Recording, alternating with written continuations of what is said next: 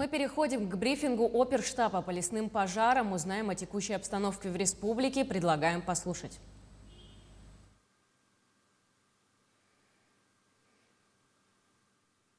Дмитрий Юрьевич, доброе утро. Итак, расскажите о текущей ситуации с лесными пожарами в нашем регионе. Доброе утро. Сегодня на территории республики действует 208 пожаров, из них тушатся 67. За сутки локализовано 10 пожаров, ликвидировано 14. Добавились еще 19 пожаров. В целом на пожаре работает 2000 с лишним человек и 291 техника. Также работают привлеченные люди, которые у нас работают с начала пожароопасного сезона. Работает авиация, это Ил-76 Министерства обороны, 4 борта Ми-8. Также МЧС России, 3 борта Би-200 и 2 вертолета Ми-8. Также работает авиация полярных авиалиний и авиакомпания «Алроса». Вертолеты работали по переброске сил и средств на участке. Самолеты со сливным устройством работали в Сунтарском районе. Также работал за прошедшие сутки самолет-зондировщик. Он работал в Горном районе, в Вилюйском и Верхневилюйском районах. Сегодня также планируется работа всех воздушных судов, которые привлечены на пожарах. И самолет-зондировщик будет сегодня работать в Горном, Хангаласском, городе Якутске и Усть-Майских районах. Спасибо. Это был брифинг оперативного штаба по лесным пожарам, а мы продолжаем выпуском новостей. В студии Валерия Наумова. Здравствуйте. Главные темы этого утра. Все силы брошены, чтобы локализовать лесные пожары в Горном районе. Что стало причиной возгорания? В Мирном сносят первые многоквартирные дома. Что будет на этих участках теперь? В Якутске завершилась выставка «Резьба по дереву». На данный момент все силы брошены на то, чтобы локализовать лесные пожары в Горном районе, рассказал глава республики Айсен Николаев в ходе передачи «Прямой разговор». Сейчас тушится 65 пожаров на площади чуть менее 500 тысяч гектаров. При этом количество пожаров в республике за последнюю неделю сократилось на более чем 100 очагов. По словам руководителя региона, в этом году потушили больше пожаров, чем за аналогичный период 2020 года. Так, в этом году устранили 353 очага на площади порядка 250 тысяч гектаров. В прошлом году количество ликвидированных пожаров составляло 223 пожара на площади около 46 тысяч гектаров. Как добавил глава Якутии, пожары в Горном районе не удалось вовремя локализовать из-за таких природных факторов, как сильный ветер и отсутствие осадков. Вместе с тем, конечно, ситуация по нескольким районам у нас сложная. Это Горный район, это Вилюйский, Верхневилюйский, Сунтарский, Кунгинский, Мирнинский, Хангаласский, Анамский районы. По некоторым из них ситуация тоже начала значительно улучшаться, в том числе и при использовании авиации, Министерства чрезвычайной ситуации, Министерства обороны Российской Федерации. Более такой, скажем так, продуманная работа по управлению тушением пожарами по ряду районов. Сухие грозы стали причиной возникновения 950 природных пожаров в республике, сообщил Айсен Николаев. С середины июня и до сегодняшнего дня главная причина пожаров – это сухие грозы. Более 900 зарегистрированных пожаров возникли от происхождения грозовых зарядов. От сухой грозы возникает до 35-50 термоточек. Глава республики отметил, что сухие грозы в республике идут часто, и как следствие возникает большое количество природных пожаров. По словам главы, большинство нынешних пожаров возникли в конце июня. Кроме того, Айсен Николаев подчеркнул, что в Якутии происходят глобальные изменения климата, и в республике с каждым годом становится жарче. В июне в Центральной Якутии выпало менее 2 миллиметров осадков при норме 37 миллиметров, что меньше 18 раз. Помимо этого, в мае выпало в 2 раза меньше дождей, чем должно быть в норме. Безусловно, здесь причина одна. Все-таки вот что ни говори, но глобальные изменения климата, они происходят. Мы видим, что у нас вот, в Якутии становится с каждым годом жарче.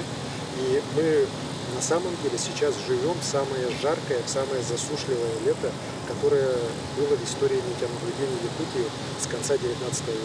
Это точно так, это уже, ну, как говорится, данные метеослужбы, которые опровергнуть практически нельзя. Соответственно, вот эта страшная засуха и очень сильная жара, конечно, они привели к тому, что у нас все засухло. У нас правостой очень плохой по ряду районов. У нас в тайге, ну, те, кто сейчас в лес заходит, они видят, что на самом деле все абсолютно сухо, все пересохло, и болото, и озерца. Сам вот мох, все, и даже не то, что спички, так, а даже вот стекла, которые там лежат, они уже служат при жаркой погоде как раз катализатором для возникновения очень больших лесных пожаров. Ну а потом уже, вот если так посмотрим, конец мая, начало июня, все-таки там человеческий фактор был достаточно ощутимый. У нас 50 таких случаев зафиксировано, по всем идут расследования, уже больше половины, по-моему, уже и уголовное дело возбуждено. Вот, и их обязательно доведут до конца. Связаны они с неправильным использованием огня при сельхозпалах незаконных, при охоте, при рыбалке. Вот. Ну а уже с середины июня и до сегодняшнего дня главная причина пожаров – это сухие грозы. Воздушные суда Бе-200 и Ил-76 задействованы на тушение лесных пожаров на территории Якутии. Сегодня будут работать в Сунтарском и Мирнинском районах. Об этом минувшим вечером сообщил замглавы авиалесоохраны Александр Агафонов по итогам проведения ВКС с экипажами этих воздушных судов. Так, 2 самолета Бе-200 будут работать на тушении пожара в Сунтарском улусе, а 1 борт Бе-200 на пожаре рядом с селом Сельдюкар Мирнинского района. 2 воздушных судна Ил-76 вылетят на пожар в Сунтарский улус. Данные воздушные суда минувшим днем также работали на территории Сунтарского улуса, где ими были отработаны 2 больших очага возгорания на 20 и 30 тысяч гектаров. После они были переброшены на тушение пожаров в Мирнинском районе. Сегодня эта работа продолжится, чтобы полностью локализовать данные очаги возгорания. Так, Вася, на завтра какие пожары отправили? Значит, сегодня день очень плодотворный. Я не скрываю, что обстановка довольно-таки сложная, но контролируемая. Ни капли, ни кривли душой, проделана очень большая работа. По факту. У нас работало 5 бортов. Это 3 борта Бе-200 МЧС России, которые привлекли по заявке губернатора. И 2 борта Ил-76 Министерства обороны. Вот хочу их поблагодарить, сейчас будет селектор. Работали как настоящие снайперы. Все сбросы в кромку исключительно. Это подтверждено наземными службами. Сейчас то, что они отработали по 2 крупным пожарам по кромке. 1 20-тысячник, 1 30-тысячник. Сейчас наземная служба дорабатывает кромку. Это все правильно. И при благоприятном стечении обстоятельств, лишь бы ветровой нагрузки не было, не поднялась она, планируем, что эти 2 больших пожара у нас завтра пойдут в локализацию. Возможно, на месте новых месторождений через десятки лет появятся новые города. Как и на перспективном участке, который геологи открыли более 60 лет назад. Речь идет о Мирном. Сегодня в алмазной столице рабочие сносят первые многоквартирные дома города. Что будет на этих участках теперь, выясняла Анна Винокурова.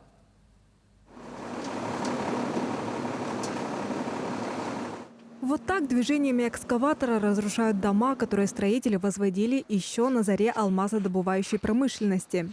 Жить в этих постройках больше нельзя. В алмазной столице с начала 2020 года рабочие снесли 14 ветхих и аварийных домов. На их месте остались пустыри, которые в ближайшее время нужно обустроить. Например, здесь рядом с 12-й школой появится так называемый сквер учителей. Такое предложение сделали в администрации Мирнинского района. Здесь будет площадка общего пользования со скульптурной композицией и озеленением. Буквально в 50 метрах от сквера учителей по улице 40 лет октября появится 3-этажный многоквартирный дом. А с другой стороны, по Комсомольской, напротив магазина «Темп», 3 9-этажные высотки. проект готов, он готов к тому, чтобы можно было выбирать подрядчика и строиться. Но пока не принято решение о строительстве и, соответственно, нет финансирования на эти виды работ. Пока принято такое решение совместно с акционерной компанией «Алроса», по соглашению с которой мы эти работы проводим по переселению граждан, о том, что в настоящее время квартиры будем пока приобретать у граждан на вторичном рынке. То есть пока речь о том, что вот буквально сегодня-завтра начнется строительство этих домов, не идет. Впрочем, планы властей алмазной столицы и горожан по обустройству пустырей совпадают. Это показал опрос в социальных сетях Алмазного края. На месте снесенных домов большинство опрошенных хотят видеть многоэтажки и скверы с удобными скамейками. В первую очередь новые дома для переселения из аварийных домов. Мини-парки или скверы со скамейками. И вообще скамеек не хватает на улицах. Скверы, чтобы можно было выйти из каменного дома, посидеть на лавочке, почитать книжку. Не только дома и сквер, но и парковки. Рядом со зданиями управления «Алроса» и Мирнинского ГОКа появятся парковки для сотрудников. До конца 2021 года в Мирном снесут еще 8 домов. Что появится на их месте, пока неизвестно. Анна Винокурова, Кирилл Шолохов, Александр Еремин, Алексей Меркулин, телеканал «Алмазный край». Завершилась выставка по виду народного художественного промысла «Резьба по дереву». Выставка проходила с 1 по 20 июля в Доме дружбы народов имени Кулаковского. На ней были представлены работы 15 мастеров из разных улусов. Среди участников были именитые мастера и даже дети. Главная цель выставки – популяризация и развитие вида народного промысла. Одни из главных задач, которые успешно выполнены, это провести круглый стол, показать работы носителей и мастеров по дереву, провести практические занятия, мастер-классы и лекции. Также, по словам организаторов, упор был поставлен на привлечение молодых дарований республики.